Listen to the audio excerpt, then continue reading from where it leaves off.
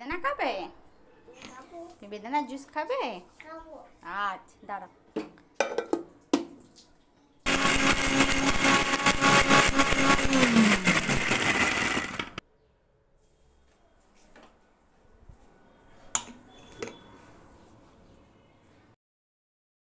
আর এই বেদানার জুস হয়ে গেছে। কি এটা? Banana juice. বেদানার জুস। Banana juice.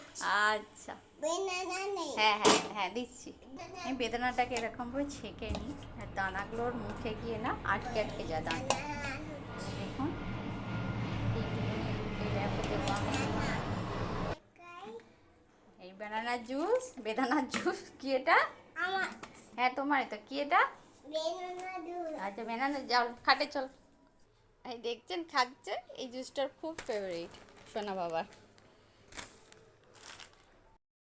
তুমি বেনানা। বেদানা জুস তোমার ভালো লাগে?